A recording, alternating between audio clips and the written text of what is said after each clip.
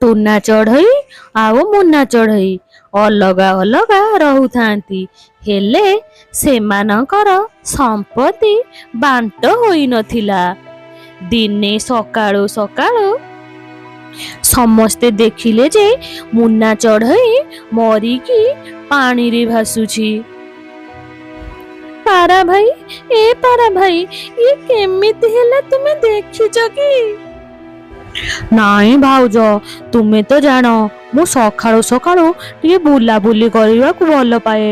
ମୁଁ ବୁଲି ଆସିଥିଲି, ଆଉ ଆସି ଏଠି ଦେଖିଲି ମୁନା ଭାଇ ମରିକି ପାଣିରେ ଭାସୁଛନ୍ତି। ଭାଉଜ, ତମେ ଜମାରୁ ବ୍ୟସ୍ତ ହୁଅନା, ମୁଁ ଅଛି। ମୁଁ ତୁମକୁ ଆଉ ଗେହ୍ଲିକୁ ଦେଖିବି, ଆଉ ତମର ସବୁ ଭଲ ମନ୍ଦ ବୁଝିବି, ଆଉ ଜମିବାଡ଼ି ବି ଦେଖା ରଖା କରିବି। ତୁମେ ଜମାରୁ ଚିନ୍ତା କରନି।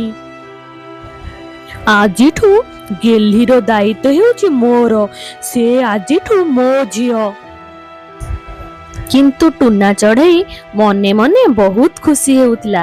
ସେ ଚାହୁଁଥିଲା ମୁନାର ସବୁ ସମ୍ପତ୍ତି ସେ ଭୋଗ କରିବ। ହେଇଟି, ମୋ କଥା ଶୁଣ। ସେ ସମ୍ପତ୍ତିକୁ ଏବେ ତୁମ ନାଁରେ କରିଦିଅ, ଯେମିତି ସବୁ ସମ୍ପତ୍ତି ଆମର ହେଇଯିବ, ଆଉ ଆମ ପୁଅ ବାହାରୁ ଆସିଲେ ଖାଲି ଅଏସ୍ କରିବ।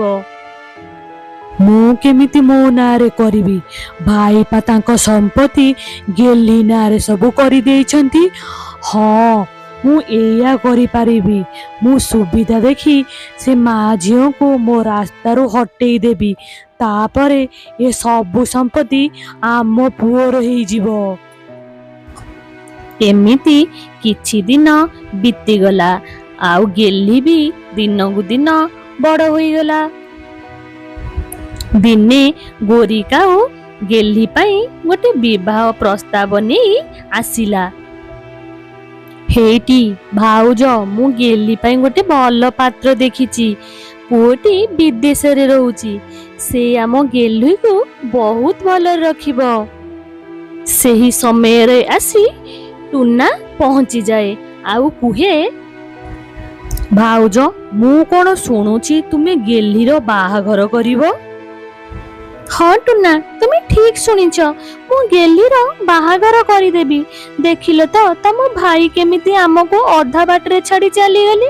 କିଏ ଜାଣେ, ମୋର ଯଦି କିଛି ହୋଇଯାଏ ତାହେଲେ ମୋ ଝିଅର କ'ଣ ହେବ? ଆଉ ତୁମେ ବି ଆମର ବୋଝ କେତେ ଦିନ ତମ ମୁଣ୍ଡରେ ବୋହିବ? ଜ୍ୱାଇଁଟି ଆସିଲେ ବି ଏ ସମ୍ପତ୍ତି ବାଡ଼ି କଥା ସବୁ ବୁଝାରଖା କରିବ। ତାପରେ ଗେହ୍ଲିର ବାହାଘର ହୋଇଯାଏ, ଆଉ ଜ୍ୱାଇଁକୁ ତାଙ୍କର ବାଡ଼ି ଦେଖେଇବା ପାଇଁ ଟୁନା ବଗିଚାକୁ ନିଏ। ଜ୍ୱାଇଁ ପୁଅ, ଏ ଫଳ ବଗିଚା ଆଉ ଏ ବାଡ଼ି ହେଉଛି ଆମର, ଆଉ ଏ ଫଳଟିକୁ ନିଏ ଖାଅ, ଏ ଫଳ ବହୁତ ମିଠା।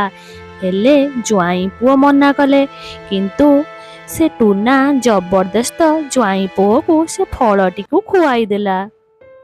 ଯେତେବେଳେ ଗେହ୍ଲି ତା ଶାଶୁ ଘରେ ପହଞ୍ଚିଛି, ସେତେବେଳେ ତା ସ୍ୱାମୀ ସେଠି ମରିଗଲା, ଆଉ ଗେହ୍ଲି ତା ଶାଶୁ ଘର ଛାଡ଼ି ବାପ ଘରକୁ ପଳେଇ ଆସିଲା। ଏପଟେ ଗେହ୍ଲିକି ସମସ୍ତେ ଅଲକ୍ଷଣୀ ବୋଲି କହିଲେ, ଆଉ ଗେହ୍ଲି ଘରୁ ନ ବାହାରି ଗୋଟିଏ ଜାଗାରେ ପଶି ଖାଲି କାନ୍ଦିବାକୁ ଲାଗେ। ଭାଉଜ, ମୁଁ ଏଥର ଭଲ ପ୍ରସ୍ତାବ ଗେହ୍ଲି ପାଇଁ ଆଣିଛି। ଗେହ୍ଲି ସେଠି ରାଣୀ ହେଇ ରହିବ, ଆଉ ମୁଁ ଗେହ୍ଲିର ପାଷ୍ଟ ବିଷୟରେ ସବୁ କହିଦେଇଛି, ଆଉ ପିଲା ବି ସବୁ ଜାଣି ଶୁଣି ରାଜି ଅଛି ଗେହ୍ଲିକୁ ବାହା ହେବା ପାଇଁ। ନାଇଁ ଆଣ୍ଟି, ମୁଁ ବାହା ହେବାକୁ ଚାହୁଁନି। ମୋ ପାଇଁ ଆଉ କାହାର ଜୀବନ ଯାଉ, ମୁଁ ସେ କଥା ବି ଚାହେଁନି। ସମସ୍ତେ ତ କହୁଛନ୍ତି ମୁଁ ଗୋଟିଏ ଅଲକ୍ଷଣୀ, ମୁଁ ଯାହାକୁ ବାହା ହେବି ସିଏ ବି ମରିଯିବ। ନାଇଁ ଗେହ୍ଲି, ଏମିତି କିଛି ନାହିଁ। ତୁ ଏସବୁ ବିଶ୍ୱାସ କରିନି। ସେ ପିଲା ବି ବହୁତ ବ୍ରଡ ମାଇଣ୍ଡର, ସିଏ ଏସବୁ କିଛି ବି ବିଶ୍ୱାସ କରେନି।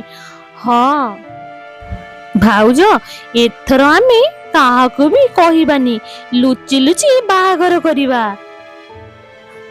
ତାପରେ ଗେହ୍ଲିର ବାହାଘର ସରିଯାଇଥାଏ, ଆଉ ଟୁନା ଆସି ଜ୍ୱାଇଁ ପୁଅକୁ ତାଙ୍କର ବାଡ଼ି ବଗିଚା ଦେଖିବାକୁ ଡାକନ୍ତି। ହେଲେ ଜ୍ୱାଇଁ ପୁଅ କହେ, ମୁଁ ତ ଏଠି ଘର ଜ୍ୱାଇଁଆ ରହିବି, ପରେ କେତେବେଳେ ସୁବିଧା ଦେଖି ଆସିବି।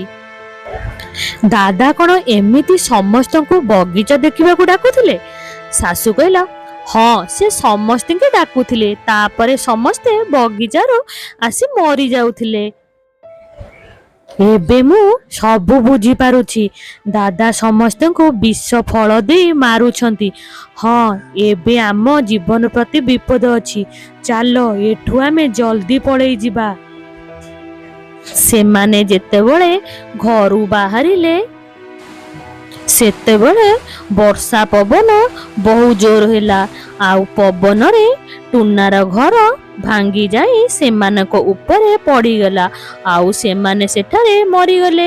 ଏଥିରୁ ଆମେ ଶିଖିଲୁ ଯେ ପାଞ୍ଚେ ପରମନ୍ଦ ତା ପାଞ୍ଚ ପାଞ୍ଚନ୍ତି ଗୋବିନ୍ଦ।